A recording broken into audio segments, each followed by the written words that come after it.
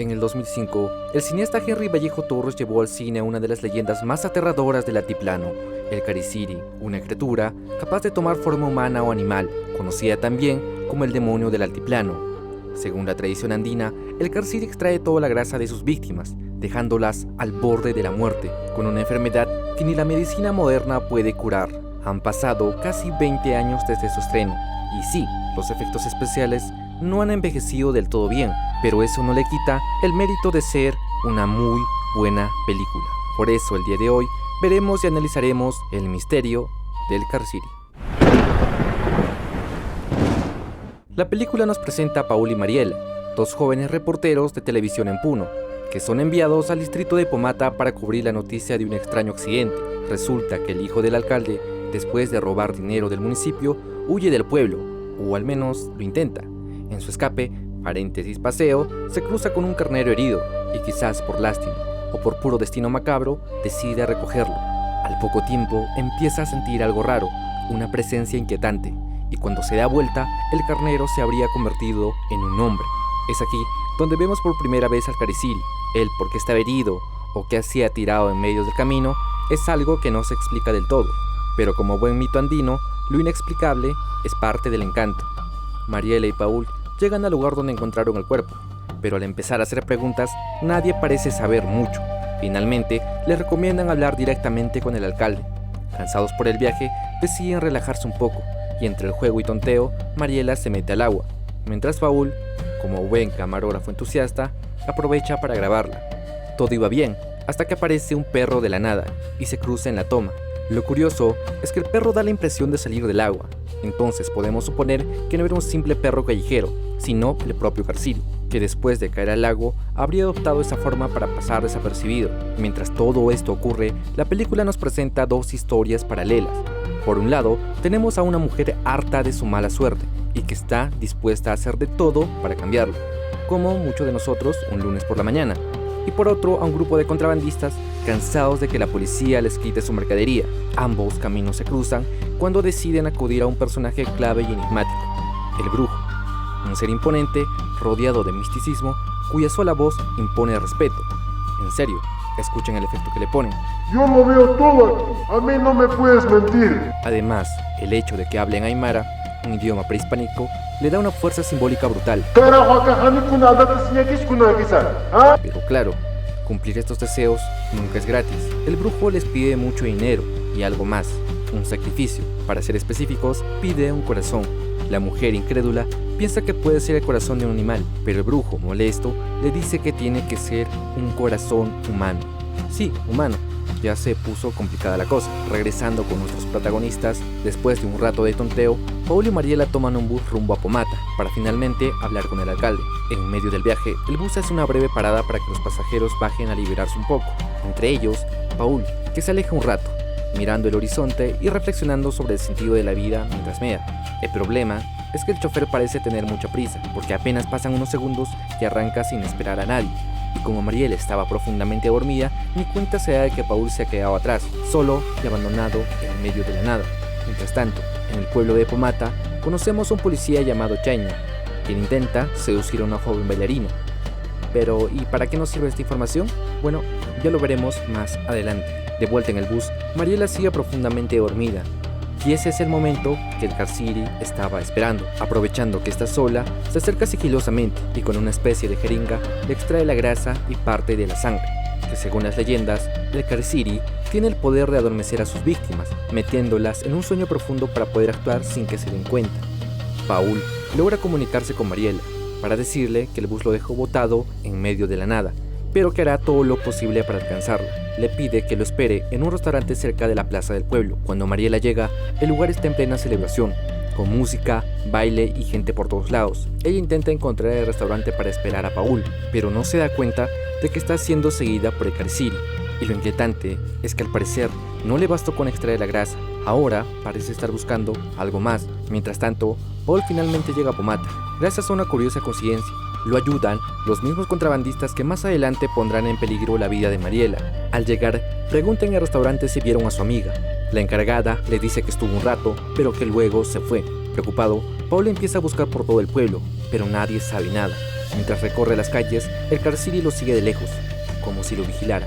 Desesperado, Paul termina en un teléfono público llamando a familiares y amigos para ver si alguien sabe algo de Mariela, intentando no alarmarlos demasiado, pero nadie sabe nada.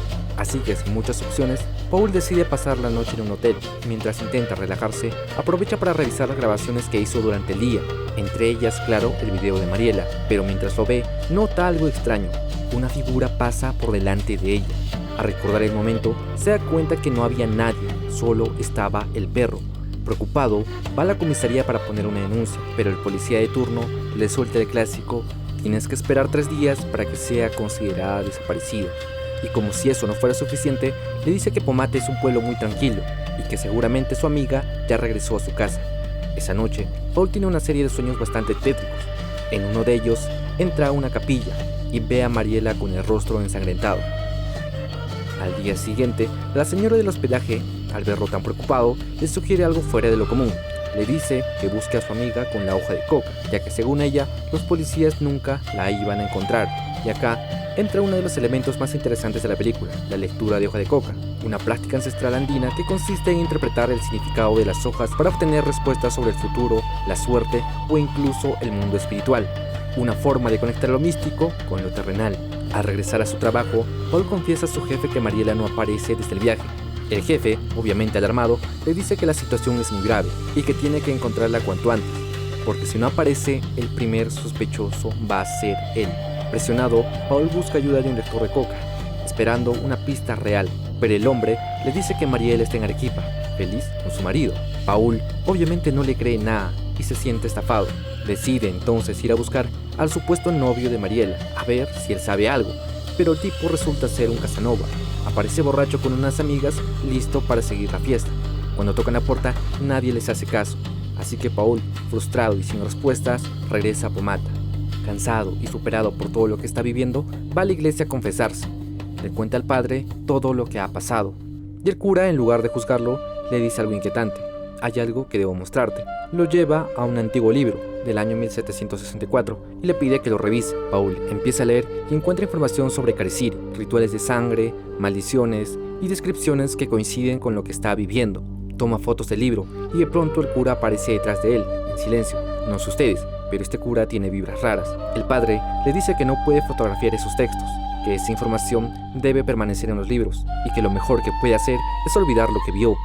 Y acto seguido, desaparece y vuelve a aparecer, y luego desaparece otra vez. A estas alturas, ya uno se pregunta si el tipo es un vampiro, un fantasma o un ex Carciri arrepentido, porque seamos sinceros, si no fuera parte del asunto, ¿por qué le mostraría el libro? Cuando Paul regresa al restaurante, la señora le pregunta si hizo lo que le recomendó. Él le dice que sí, pero que no sirvió de nada. Entonces ella le responde que es porque fue con un charlatán, y enseguida le sugiere ir con Don Máximo, un verdadero sabio que sí sabe leer la coca, y que podría decirle exactamente dónde está su amiga. Sin perder tiempo, Paul va a buscarlo. En el camino, unos pescadores le dicen que Don Máximo se fue a una isla, así que Paul no duda y parte rumbo allá. Al llegar, el anciano lo recibe con calma y le pregunta qué lo trae hasta ese lugar. Paul explica que su compañera ha desaparecido y que necesita encontrarla. Don Máximo escucha atentamente, toma las hojas de coca y empieza a leer, y en cuestión de segundos, su rostro cambia. Le dice que su amiga está en peligro, que quieren hacer un pago a la tierra con su vida y que el responsable sería el Carciri, acompañado de un cucho, un brujo poderoso. Pero todavía hay esperanza. Don Máximo nota el interés amoroso de Paul hacia Mariela y le asegura que sigue viva, aunque no por mucho tiempo. Paul, desesperado, le pregunta dónde está. Don Máximo le dice que está en la Boca del Diablo, donde se hacen los pagos, en un cerro muy alto. De inmediato, Paul regresa al pueblo para pedir ayuda a la policía.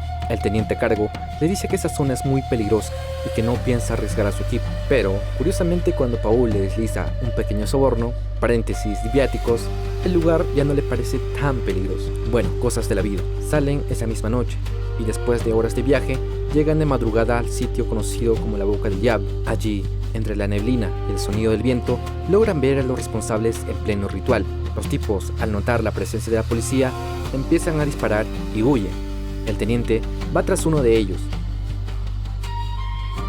En medio de la persecución, el teniente logra apuntar y disparar, hiriendo al sospechoso en la pierna. Pero cuando se acerca para detenerlo, se queda helado. Era Chaña, su propio colega, Impactado, solo puede observar cómo su compañero, herido, logra escapar lentamente. Paul logra rescatar a Mariela y la lleva de inmediato al hospital más cercano. Pero claro, estamos hablando de una entidad pública, así que le dicen que tiene que esperar. Y espera, y espera, y sigue esperando. Después de una eternidad, finalmente la atiende un doctor, quien le diagnostica bronconeumonía y le ordena que quede internada. Paul intenta explicarle todo lo que pasó, el ritual, el Carciri, los hombres en la montaña, pero el doctor solo responde diciendo que son habladurías del pueblo y que no puede creer en sus cuentos. Paul se comunica con la tía de Mariela, quien llega al hospital apenas puede. Cuando Mariela por fin despierta, débil y asustada, le cuenta lo que vivió. Le dice que no estaba sola, que había otra chica con ella y que esa chica sí fue sacrificada. Mariela pensó que correría la misma suerte, hasta que apareció Paul. Los días pasan, pero Mariela no mejora. Por el contrario, cada vez está peor. Una enfermera preocupada le sugiere a Paul que la lleve a un curandero, ya que si sigue ahí, no va a sobrevivir. Una mañana, el doctor descubre unas manchas oscuras en el abdomen de Mariela, justo en el lugar donde, según el mito, los Carciris extraen la grasa humana. Todos se alarman, pero el doctor, con su tono frío, dice que no se preocupe, que debe ser una simple reacción alérgica.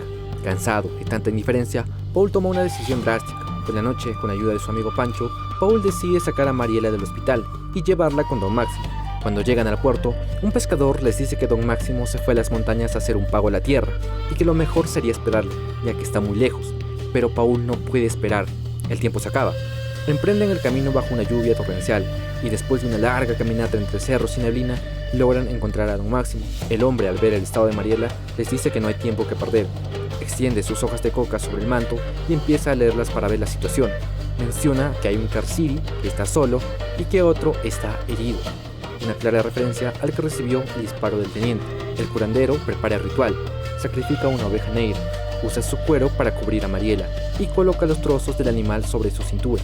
Le pide a Paul que tenga fe en los sapos, que son los espíritus de las montañas, y le da de comer cebo de oveja a Mariela, símbolo de vida y purificación. Mientras tanto, Paul no puede evitar sentirse culpable por todo lo ocurrido, por no haber podido protegerla. Y entonces llega una de las mejores escenas, en mi opinión, de la película. Don Máximo se enfrenta espiritualmente al Cucho, el brujo aliado de Carciri. En una secuencia cargada de simbolismos, dos guerreros aparecen luchando por el alma de Mariela, en una batalla entre la vida y la muerte. Finalmente, con la ayuda de los Apus, Don Máximo sale victorioso. El mal ha sido derrotado. Al amanecer, Paul sostiene la mano de Mariela, rogando que despierte, y milagrosamente lo hace. Ella abre los ojos, y al escuchar la declaración de Paul, ella lo besa. Paul corresponde el beso, muy posiblemente asqueado por el sabor del cebo, pero ¿qué importa eso cuando el amor triunfa?